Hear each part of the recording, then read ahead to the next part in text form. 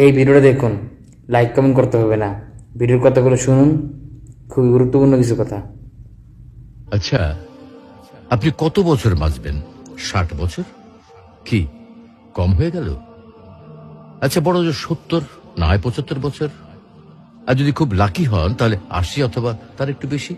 Tick tick করে কিন্তু second সময় চলে যাচ্ছে, আর টুক করে হাতে জমে থাকা সব সেকেন্ড শেষ হয়ে যাবে একদিন।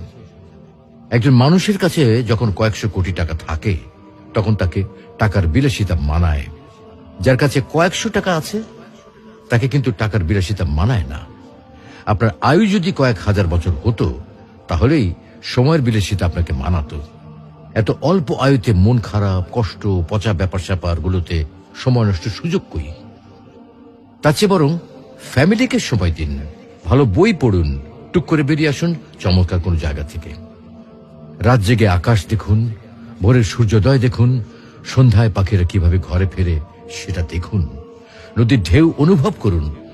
একটু ভাবুন, আজকের এই দিনটা যদি আপনার অথবা আমার শেষ দিন হয় তাহলে আপনার আমার পরিবারের কালকে কি হবে? অবশ্যই আল্লাহ দেখবেন, কিন্তু এই পরিবার আর নিজের জন্য যে এত সময় নষ্ট করছি তার কি হবে?